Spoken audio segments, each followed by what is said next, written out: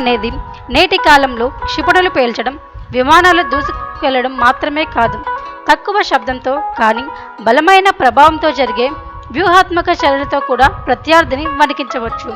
పాకిస్తాన్పై భారత్ కొనసాగిస్తున్న తాజా వ్యూహాల దృష్ట్యా యుద్ధం ఎప్పుడో మొదలైపోయింది.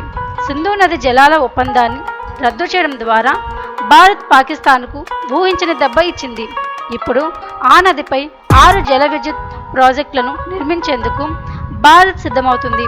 ఇప్పటికీ చీనాబ్ నదిపై ఉన్న డ్యాముల గేట్లు మూసివేయడం వల్ల పాకిస్తాన్లో నీటి కొరత మొదలైంది. వాణిజ్యపరంగా కూడా పాకిస్తాన్కు ఒత్తిడిలో పెట్టిన భారత్ అన్ని రకాల ఎగుమతులు నిలిపివేసి సముద్ర మార్గాలను మూసివేసింది.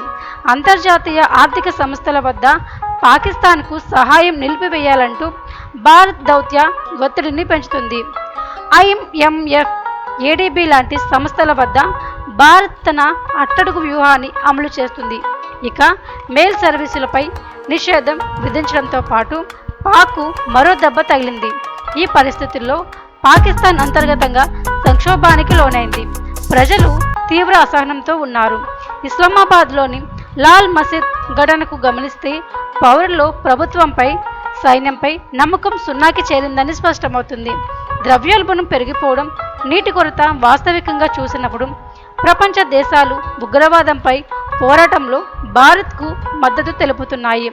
ఫ్రాన్స్, రష్యా లాంటి అగ్రరాజ్యాలు భారత్ పక్షాన నిలుస్తున్నాయి.